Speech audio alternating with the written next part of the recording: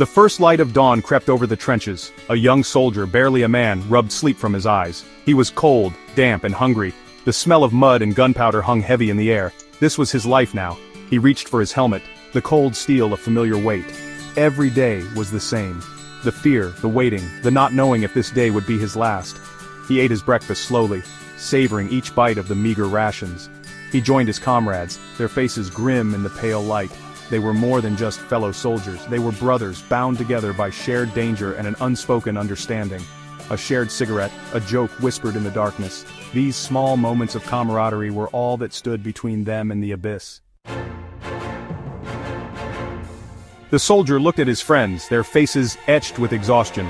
They had seen too much, experienced too much for their young years. Yet, they joked and laughed, clinging to any semblance of normalcy in this insane world. Their laughter died down as their sergeant barked orders. A patrol needed to be sent out into no man's land. The soldier felt a familiar knot of dread in his stomach.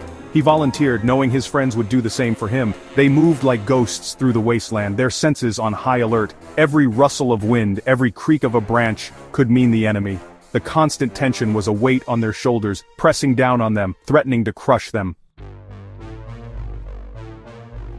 Days turned into weeks, weeks into months. The soldier lost track of time. He existed in a perpetual state of fear and adrenaline. The memories of the battlefield, the deafening explosions, the screams of the wounded, the sight of his friends cut down, haunted his waking hours and seeped into his dreams. He wrote letters home trying to describe the indescribable, to make his family understand the horrors he had witnessed. But how could words ever capture the true cost of war?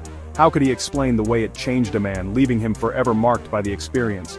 He wasn't sure if he would ever escape the clutches of this war, even if he survived. The war had burrowed deep inside him, leaving behind invisible scars that ran deeper than any bullet wound. The war finally ended. The soldier returned home forever changed by what he had seen and done. The world seemed different, unfamiliar. The people he had left behind seemed like strangers. He struggled to readjust, haunted by the memories of the battlefield. The nightmares persisted, a constant reminder of the horrors he had witnessed. He found solace in the company of his fellow veterans, the only ones who truly understood the depths of his experiences.